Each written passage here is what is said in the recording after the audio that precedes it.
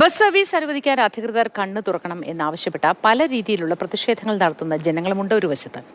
കോഴിക്കോട് മലപ്പുറം ജില്ലകളെ ബന്ധിപ്പിക്കുന്ന എളമരം പാലത്തിലൂടെ കോഴിക്കോട്ടേക്ക് ബസ് വേണമെന്നാണ് നാളുകളായുള്ള ആവശ്യം. യാത്രാ ദുരിതം അനുഭവിക്കുന്ന നാട്ടുകാർ ഗതാഗത മന്ത്രി ഉൾപ്പെടെ എല്ലാവരെയും കണ്ടെങ്കിലും പരിഹാരമുണ്ടായില്ല.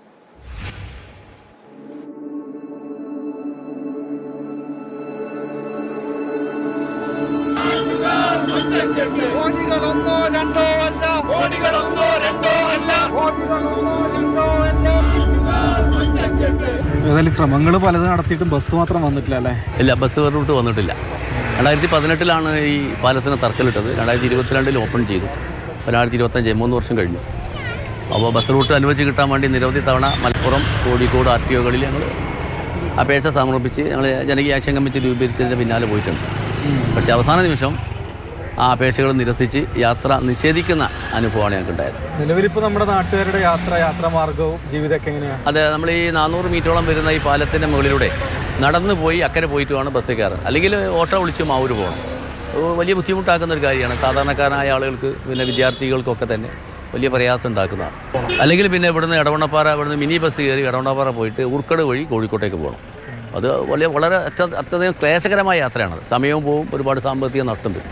35 കോടി രൂപ ചെലവഴിച്ച് ഒരു പാലം നിർമ്മിച്ചിട്ട് അതിലൂടെ നാട്ടുകാർക്ക് യാത്ര ചെയ്യാൻ വേണ്ടി ഒരു ബസ് അനുവദിക്കുന്നില്ല എന്ന് പറഞ്ഞാൽ ഒരു ക്രൂരമായ നടപടിയാണ്. 19 വാർഡായി പഞ്ചായത്തിൽ, അതായത് ഒരു പകുതിയിലധികം വാർഡുകൾ ഈ ഏരിയയിൽ കൂടെയാണ് കോഴിക്കോട്ടേക്ക് പോകുന്നത്.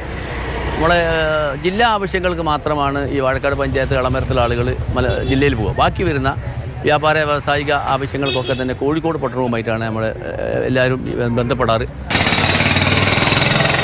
യഥാർത്ഥത്തിൽ നമ്മൾ ഇവിടെ ഒരു ബോട്ട് സർവീസ് ഉണ്ടായിരുന്നു. ആ ബോട്ട് സർവീസ് അന്ന് 5 രൂപ കൊടുത്തിട്ടുണ്ടെങ്കിൽ സുന്ദരമായിട്ട് അക്കരെ കിടന്ന് അവിടുന്ന് ബസ് കയറി പോകാറുണ്ട്. ഇപ്പോൾ പാലം വന്നതോടുകൂടി 400-450 മീറ്റർ നടക്കില്ല, യാതൊരു നിവൃത്തിയില്ല. അതിരാവിലെ 2 KSRTC പോയി കഴിഞ്ഞാൽ പിന്നെ അതിൻ്റെ ശേഷം ബസ്സില്ല. പിന്നെ KMCT, അതുപോലെ തന്നെ മെഡിക്കൽ കോളേജ്, ഇവിടെ അടുത്തുള്ള എല്ലാ സ്കൂളുകളും, 2 ജില്ലയിലും പരസ്പരമുള്ള സ്കൂളുകൾ, എല്ലാ വിദ്യാഭ്യാസ സ്ഥാപനങ്ങളെയും വിദ്യാർത്ഥികൾ നടന്നു പോകല്ലാതെ യാതൊരു നിവൃത്തിയില്ല. ഇനി എല്ലാ ഓട്ടോറിക്ഷ വിളിച്ച് പോകണം. എവിടെയൊക്കെ നിങ്ങൾ ഇതിനകം സമീപിച്ചിട്ടുണ്ടാവും?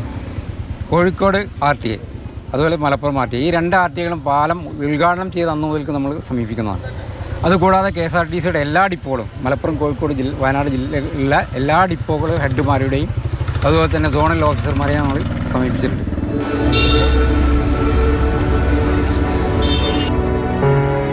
ബസ്സില്ലായിട്ട് ഞങ്ങൾക്ക് നടന്നു പോകണോ, അതിന് ബുദ്ധിമുട്ട് തന്നെയല്ലേ.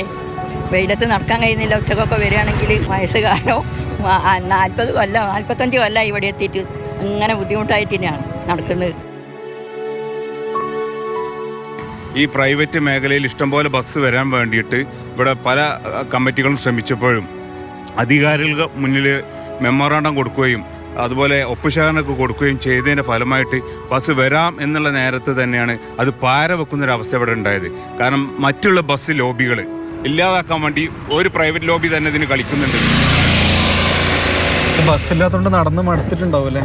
തീർച്ചയായിട്ടും. 2.5-3 വർഷത്തോളമല്ലേ ഈ പാലം വരുമ്പോൾ തന്നെ നമ്മളൊരു പ്രതീക്ഷ ഇവിടുന്ന് ബസ് കയറി കോഴിക്കോടൊക്കെ പോകുന്ന ആ ഒരു ഇതുണ്ടായിരുന്നു, പ്രതീക്ഷ ഉണ്ടായിരുന്നു.